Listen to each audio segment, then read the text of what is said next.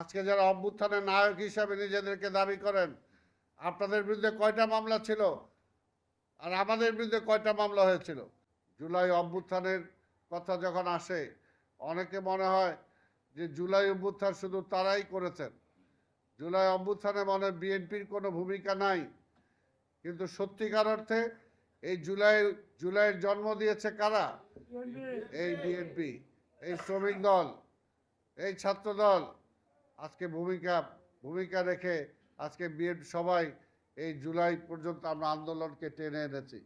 যদি আন্দোলনকে আমরা টেনে না আনতাম, যদি শেখ হাসিনাকে আমরা জনগণ থেকে বিচ্ছিন্ন না করতাম, যদি আমাদের শত শত নেতা কর্মী নিজের তাজা রক্ত ঢেলে দিয়ে যদি আন্দোলনের ধারাবাহিকতা যদি বজায় না রাখতো, তাহলে কি জুলাই অভ্যুত্থানে আমরা শেখ হাসিনাকে বিদায় করতে পারতাম?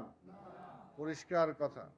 আমরা বারবার বলেছি, এমনকি আমি নিজেরটা বলি যে বারবার বলেছি পল্টন ময়দানে দাঁড়িয়ে, বিভিন্ন জায়গায় দাঁড়িয়ে, যে আন্দোলন শুধুমাত্র বিএনপির আন্দোলন নয়। এই আন্দোলন শুধু বেগম খালেদা জিয়া বা তারেক রহমানকে বাংলাদেশের প্রধানমন্ত্রী বানানোর আন্দোলন নয়। এই আন্দোলন গণতন্ত্রকে ফিরে আনার, এই আন্দোলন স্বাধীনতাকে রক্ষা করার আন্দোলন। এই আন্দোলনে সবাইকে শরিক হতে হবে। এই আন্দোলন সেদিনই সফল হবে যেদিন সকল ছাত্র, শ্রমিক, কৃষক, বুদ্ধিজীবী, রাজনীতিবিদ সবাই যখন একযোগে মাঠে নেমে আসবে। সেই মাঠে নামে আসার মধ্য দিয়ে একটা অভ্যুত্থানের সৃষ্টি হবে। সেই অভ্যুত্থানের মধ্য দিয়ে শেখ হাসিনার বিদায় হবে। এটা বারবার আমরা বলেছি। আমরা তো সেই অভ্যুত্থান জন্মের জন্য আজকে সেটা সৃষ্টি করেছি। আজকে আমাদের নেতা তারেক রহমান সেই সময় নেতৃত্ব দিয়েছে। আজকে অনেক কথা বলে। যদি অভ্যুত্থান সফল না হতো, অনেকে আছেন, অনেকের কিছুই হইতো না। কিন্তু বিএনপি, আমাদের নেতা কর্মী, আমরা যারা আছি, আমাদের তো ফাঁসির কাস্টে ঝুলতে হতো। সেই সময় আমাদের এমন কেউ নাই যার বিরুদ্ধে হত্যা মামলা ছিল না। সেই সময় আওয়ামী লীগের পুলিশ গুলি করে হত্যা করেছে, আর সেই সমস্ত মামলা দিয়েছে আমাদের বিরুদ্ধে। একটু হিসাব করে দেখেন, মামলাগুলো বের করে দেখেন কার বিরুদ্ধে কয়টা মামলা হয়েছিল। আজকে যারা অভ্যুত্থানের নায়ক হিসাবে নিজেদেরকে দাবি করেন, আপনাদের বিরুদ্ধে কয়টা মামলা ছিল আর আমাদের বিরুদ্ধে কয়টা মামলা হয়েছিল? যদি সেই সময় শেখ হাসিনার এই অবস্থা না হতো, আপনারা তো হয়তো ঘরের ছেলে ঘরেই ফিরে থাকতে পারতেন।